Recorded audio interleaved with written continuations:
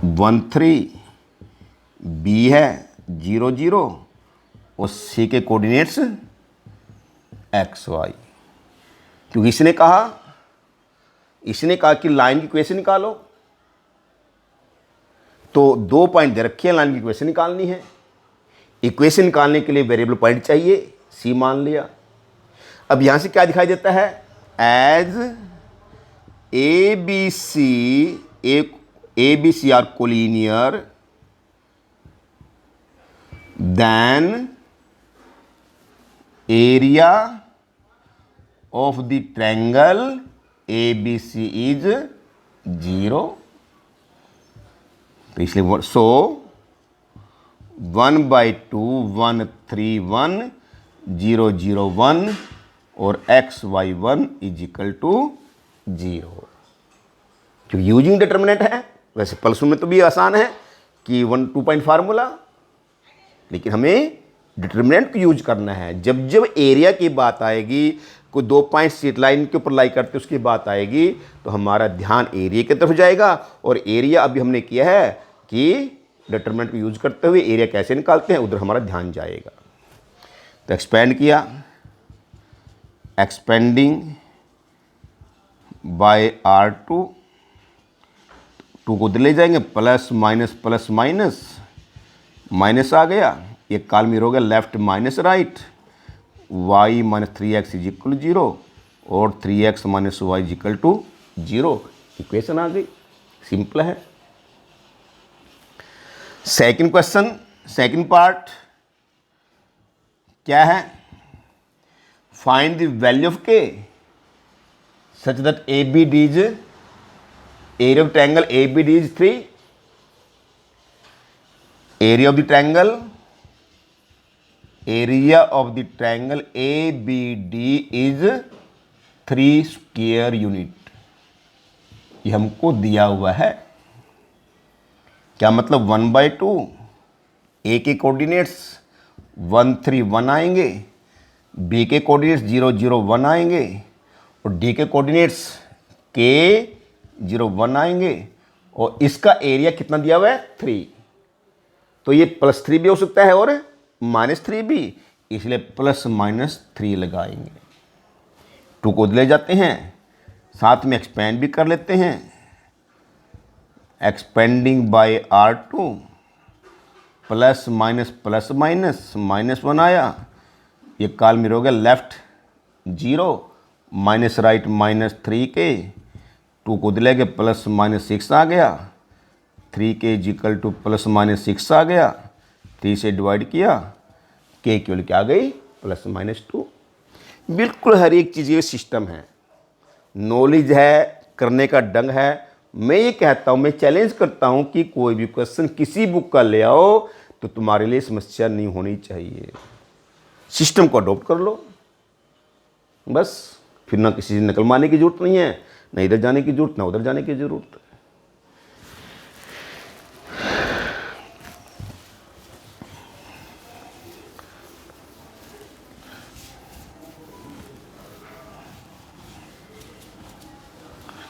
Next question आ रहा है, example 7 देख लो क्या है। If AX1 Y1 BX2 Y2 CX3 Y3 are the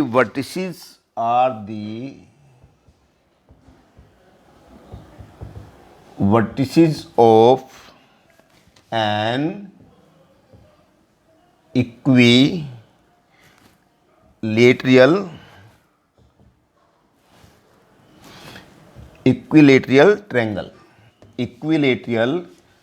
triangle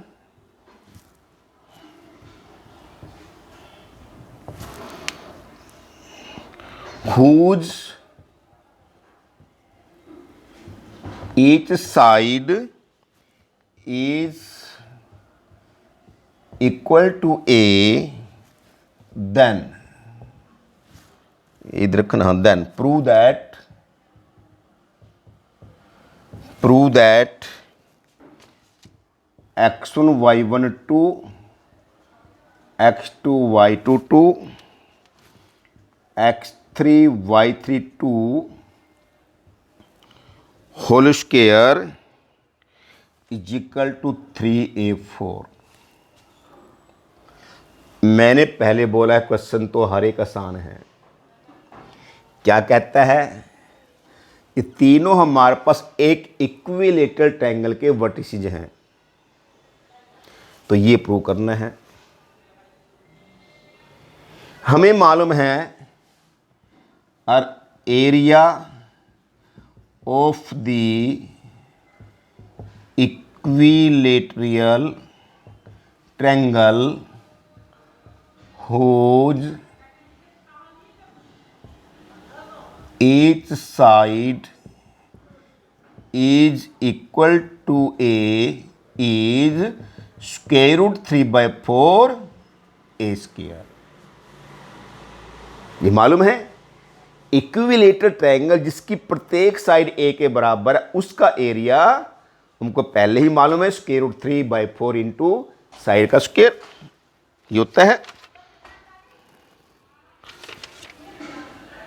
अब देखिए दूसरा हमें क्या मालूम है? एरिया ऑफ द ट्रायंगल,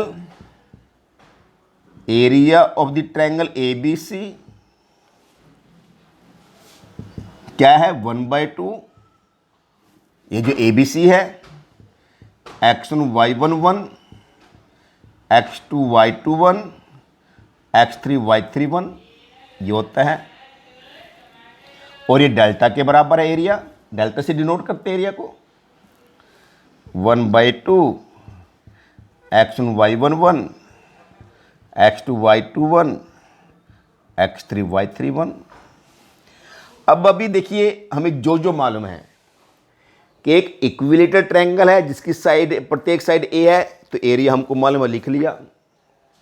एक ट्रायंगल जिसके तीनों वर्टिसेस दे रखे उसका एरिया लिख लिया। ये भी एरिया, ये भी एरिया है, ट्रायंगल वही के वही है। यहां तक समझ आ रहा है? आगे और यहां पर लिख लो, बल्कि और delta is equal to square root 3/4 a square, क्योंकि एरिया को डेल्टा से डिनोट किया हमने। अब देखिए इसके लेते हैं left hand side. Left hand side, हाँ इसके अभी देखते हैं, कोई बात नहीं। 2 बाहर निकाल रहे हैं, थर्ड कॉलम में से 2 बाहर निकाल रहे हैं। स्क्वायर है, 2 का स्क्वायर 4 बाहर आएगा, x1 y11 x2 y21 x3 y31 का स्क्वायर है। अब इस एक्सप्रेशन का रिजल्ट क्या यहां से निकाल लो, दोबारा 2 डेल्टा कर लो, x1 y11 x2 y21 x3 y31। तो इस एक्सप्रेशन का रिजल्ट 2 डेल्टा आ गया, तो ये बना 4 इंटू 2 डेल्टा का होल स्क्वायर। 2 का स्क्वायर 4, 4 इंटू 4 16 डेल्टा स्क्वायर, और डेल्टा स्क्वायर डेल्टा ये रहा, इसकी वैल्यू पुट कर लो। डेल्टा स्क्वायर की वैल्यू आएगी 3/16, इसका स्क्वायर करेंगे a की 4, 16 से 16 कैंसिल हो गया, 3a की 4 ये आ गया। देखो भी समझो किसमें क्या दिक्कत आ रही है। इसने कहा कि एक ट्रायंगल है जिसके तीनों वर्टिसेस दे रखे हैं, तो एरिया मालूम है। एक ट्रायंगल है वो कौन सी है? इक्विलेटरल, जिसकी तीनों साइड ए के बराबर है, तो एरिया मालूम है। ये हमने प्रूव करना है, ये दोनों चीज़ हमको दे रखी है। तो ली हमने लेफ्ट हैंड साइड, 2 कॉमन निकालेंगे, लेकिन स्क्वायर की वजह से 2 का स्क्वायर 4 बाहर निकलेगा, कि 2 तो यहाँ बाहर निकाल लिया, तो सारे का तो स्क्वायर है ये आ गया। इसका रिजल्ट यहाँ से ये लिखा देख लीजिए, 2 डेल्टा का स्क्वायर था, स्क्वायर बना दिया, 4 delta square into 4 16 delta square. फिर दोबारा क्योंकि आंसर ए में है तो डेल्टा की वैल्यू पुट कर दी, स्क्वायर कर दिया, 3/4 अपने आप आ गया।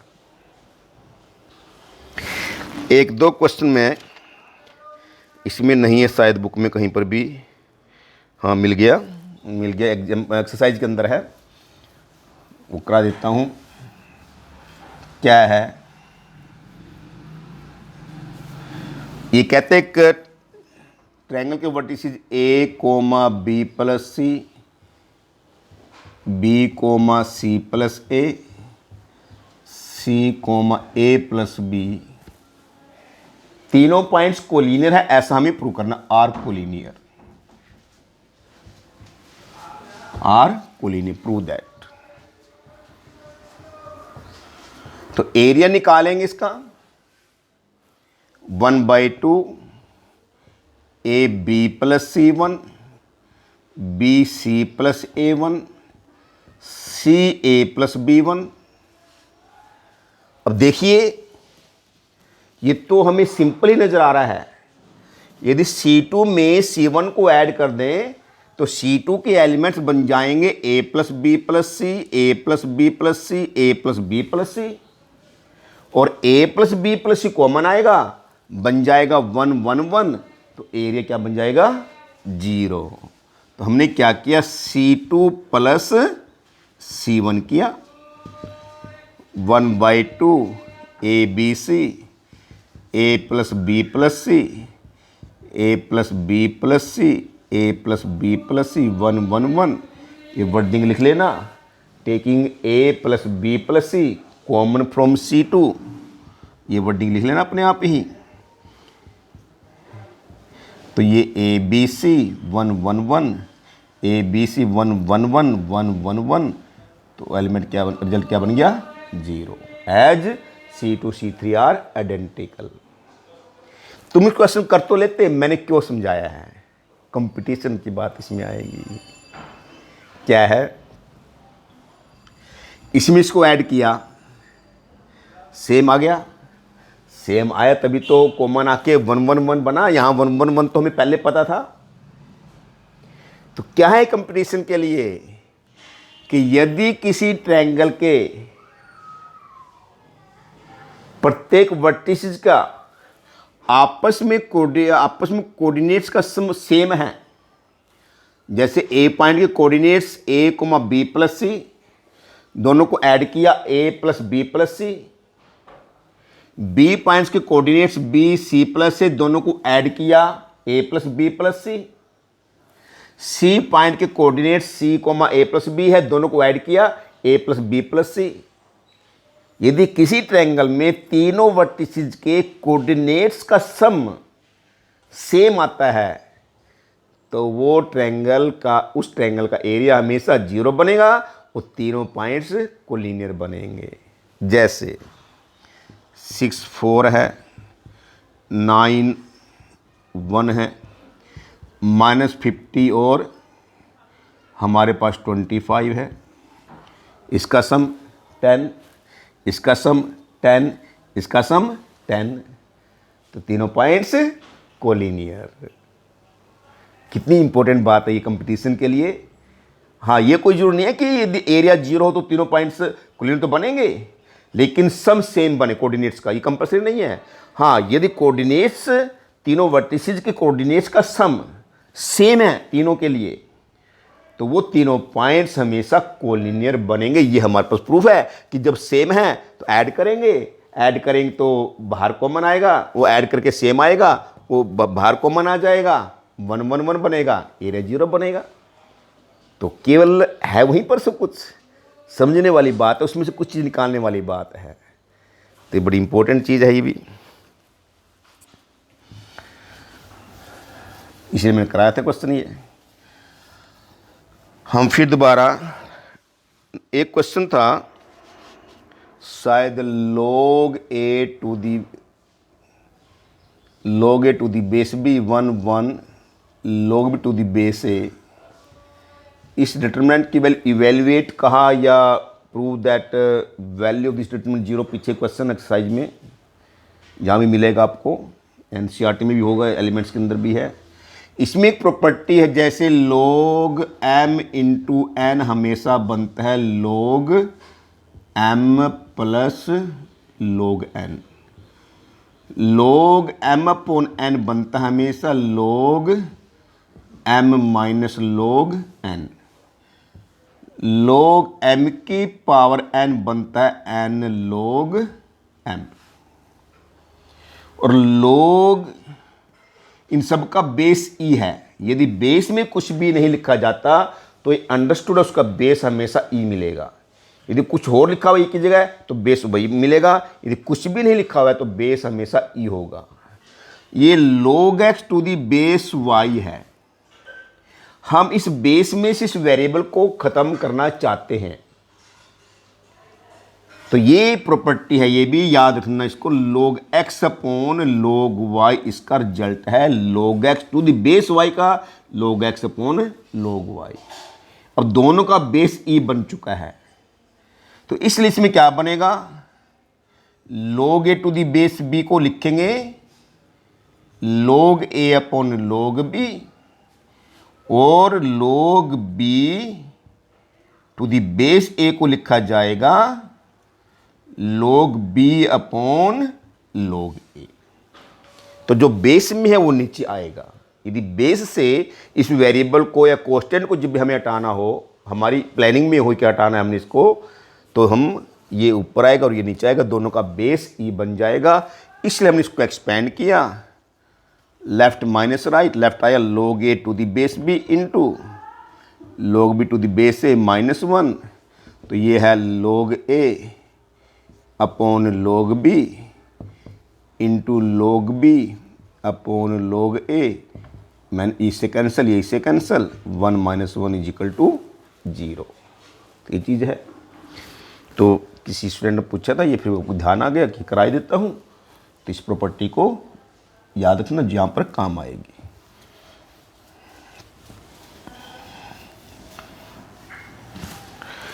आगे हमारा, अब हम मैट्रिक्स में दोबारा आ रहे हैं। डिटरमिनेंट के ऑल पॉसिबल एग्जाम्पल हमारे हो चुके हैं। अब क्या है, मैट्रिक्स में दोबारा आ गए। क्या है, ए मैट्रिक्स दे रखी है A1 B1 C1 A2 B2 C2 A3 B3 C3, ये मैट्रिक्स आ गया। डिटरमिनेंट नहीं है मैट्रिक्स। अब मैट्रिक्स डिटरमिनेंट दोनों इकट्ठे चलेंगे। अब हमें डिटरमिनेंट की पूरी नॉलेज हो चुकी है, तो देखते। इसने कहा, कहता है एडजॉइंट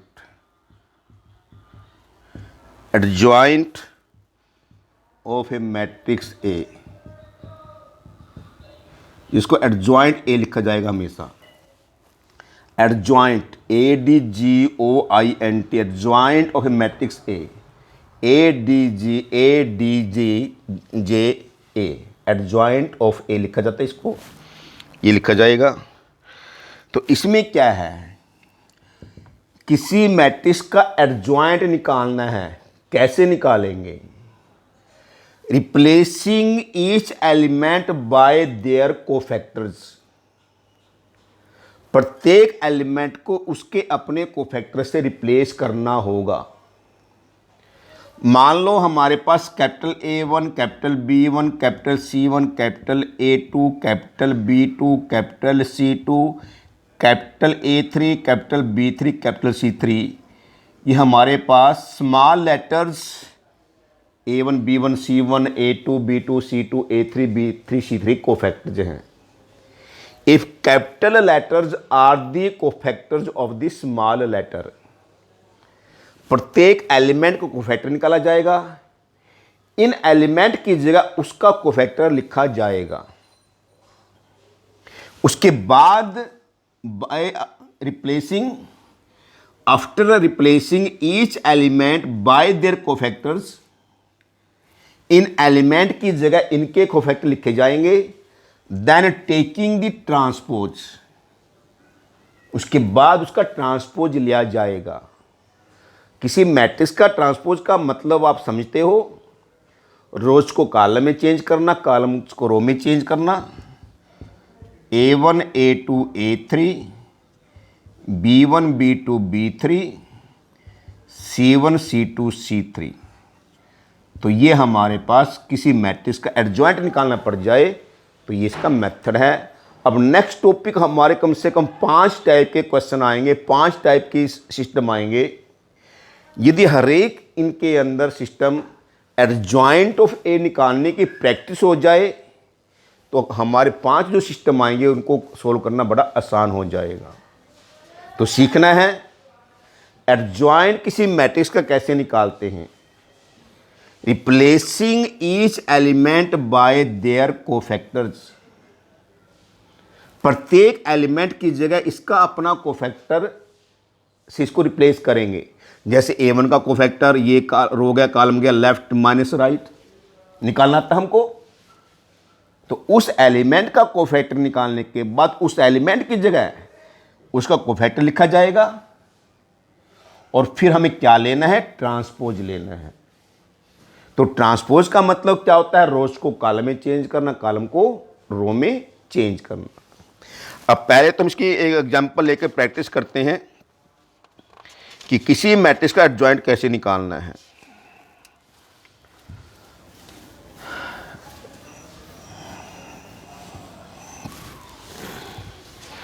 जैसे मान लो ये हमारे पास 1 2 3 -4 मैट्रिक्स है।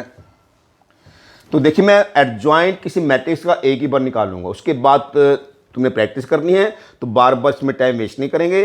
तो मैं सीधा लिखूंगा तो तक एक बार हम समझ लेते हैं कि कैसे 2x2 या 3 मैट्रिक्स का एडजॉइंट कैसे निकालते हैं। क्या करते हैं, यहां पर लिख लो, कैपिटल लेटर जो लिख लो A11